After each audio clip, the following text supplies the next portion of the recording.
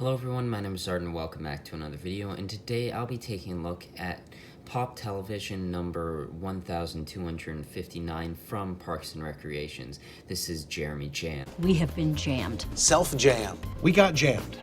So this was a Pop exclusive to San Diego Comic-Con. This is the shared sticker one.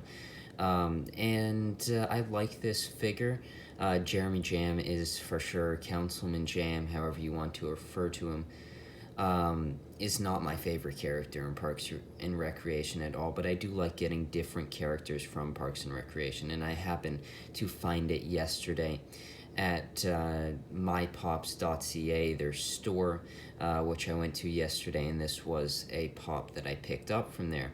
I didn't get that much stuff as I had just been at Fan Expo, where I got way too many figures, which I should have reviews coming out in the coming weeks to months. It's just that I did end up getting about 8 or 9 pops, I believe, so those reviews will be spread out, but I just want to review this one as I did just get it, and I just happened to watch, I would say, the episode or episodes where you see this particular outfit for Jeremy Jamm, where he's got his dentist's jacket.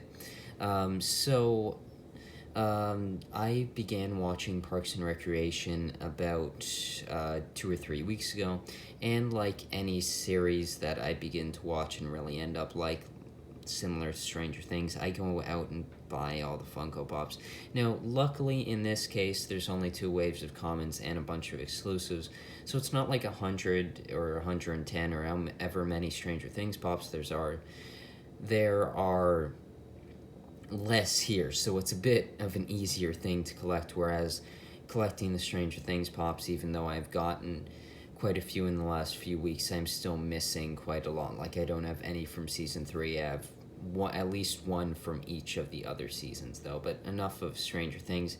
This is Parks and Recreation, which is a series that I really enjoy. Ron Swanson's my favorite character. I also love Andy, and I really like a lot of the characters in this show, except Jeremy Jamm, which is the first Parks and Recreation pop I will be reviewing. So, San Diego Comic-Con just passed a few weeks ago.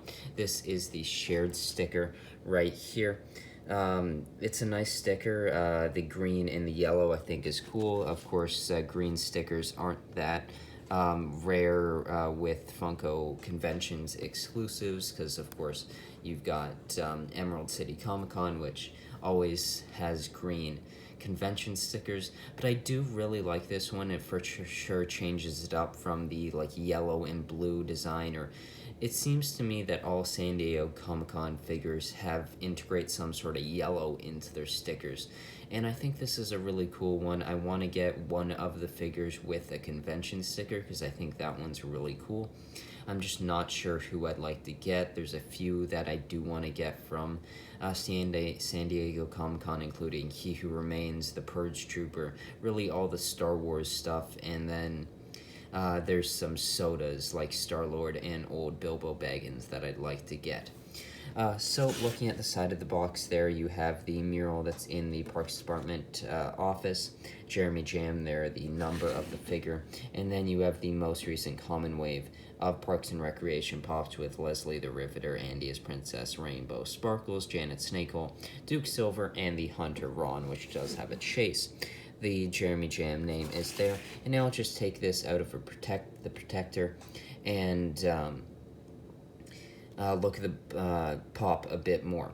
But before I do that, I just want to talk about mypops.ca, where I got this pop. It was one of their 2 or 3, maybe 4, I don't know.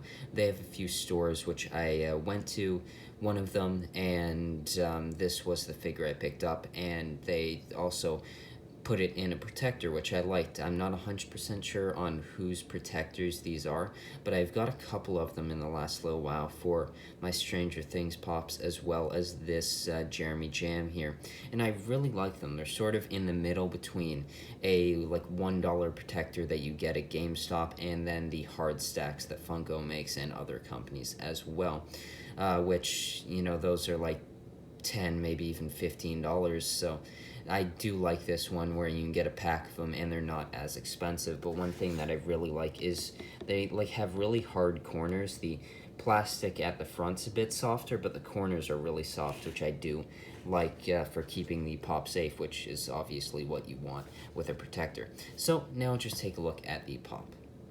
So here is the figure, and I think this is a pretty good Jeremy Jamm pop. Only other one I could really think of would be maybe in his mini golf outfit when he's got the sunglasses and the more colorful shirt on. Just a normal Councilman Jamm suit would have been quite boring, so this is really the only other option that I could have seen happening. So of course he's in his like "you got jammed" stance there, and he has his dental jacket, or where his dental office's jacket there. Now one thing that this is missing that I believe, looking at it, the Jerry as well as Lil Sebastian 2-pack was also missing, was the Entertainment 720 logo. This one is missing like his dentist's office logo, which I believe would be there on the jacket, as well as the back of it, which it doesn't have. So he kind of just looks like he has a blue jacket on with the "you got Jan" pose. The hair, the beard, I think is all really good. I think it's a good representation of Jeremy Jamm. I just wish that those details were included on this figure. It is obviously just a normal person pop, but you're not going to get something different from that with a line like Parks and Recreation. And I really like this figure. I'm happy to get a character we haven't got before, especially with the limited number of figures that Parks and Recreation gets. It's not like there's a line each year, a couple lines each year. It's a line every couple years and then some exclusives each year. So I'm happy to get a new character, especially we've gotten really good figures, I would say, for Parks and Recreation this year when it comes to new characters, like the Donna and Ben 2-pack, the Jerry and Lil Sebastian, Mona Lisa coming in the fall, and this Jeremy Jamm here. I think it's been a great year for new characters. So I hope, I'll just go to my final thoughts now on this figure. So even though Jeremy Jamm is not my favorite Parks and Recreation character, I do really like this figure, and I love getting new characters from shows that I enjoy.